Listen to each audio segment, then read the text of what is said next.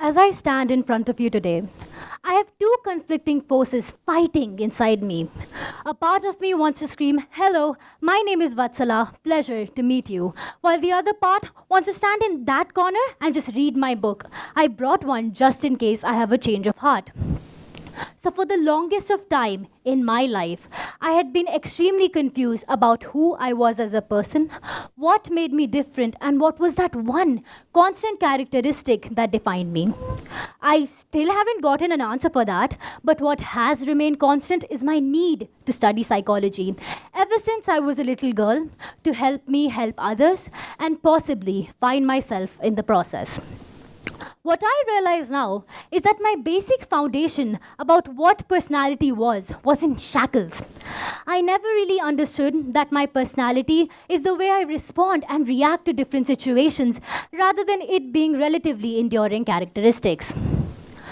So, when we do talk about personality in psychology, one of the most influential approach is trait approach, which is the amalgamation of the works of two psychologists, which aligns you along 5 dimensions that are equally distributed, which describe the universally held aspects of difference among people.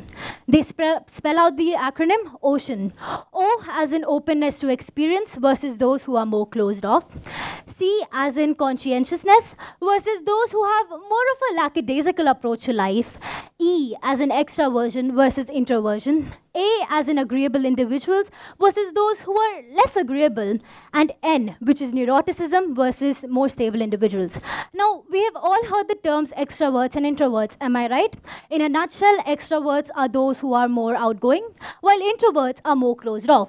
So my whole life, I was characterized as an extrovert by my family. I'm known to sing, so whenever we have a family gathering, my family pushes me into presenting a song.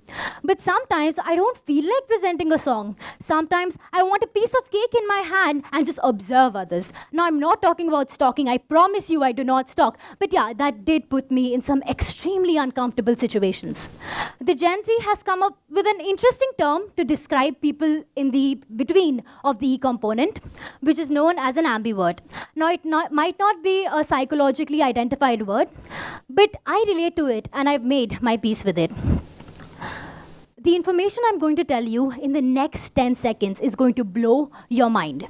We are only aware about 10% of our consciousness. The other 90% is something that we've never even touched, as stated by Dr. Sigmund Freud. But see, if this is 10%, I don't even want to get into the other 90% because that is an extremely dark place. Let me elaborate on the works of Dr. Freud. He stated that our mind consists of 3 parts: the consciousness, the pre-consciousness, and the unconsciousness. Our consciousness is those thoughts and feelings that we are aware about. Our pre-consciousness are those thoughts that we can access through some stimuli, and our unconsciousness is that part of the brain that we will never, ever touch.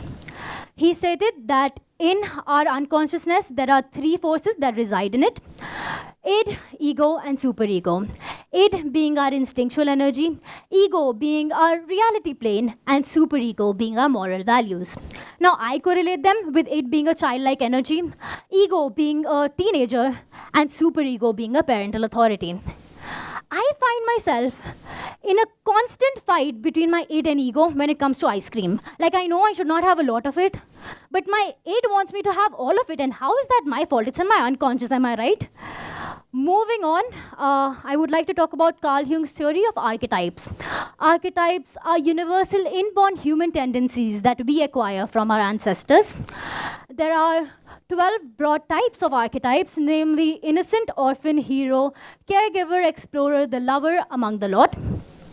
Jung said that we have one dominant archetype that describes our personality. But I don't relate to that because today I feel like an orphan, but yesterday I felt like a lover, and it all depends on my experiences.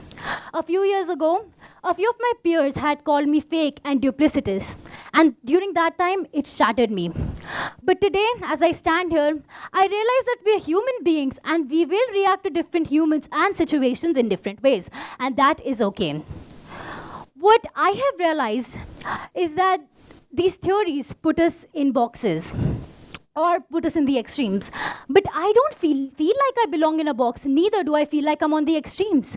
Our personalities can be fluid, and that's okay. Our perceptions of the world can change as our experience change, and that is okay. So you can call me fake or you can call me duplicitous. That is all right with me because I know that I do not want to dwell on what defined me in the past. Neither do I want to worry about what might define me in the future, and that is okay. I would like to conclude my TED Talk with a quote: just be and enjoy being. Thank you.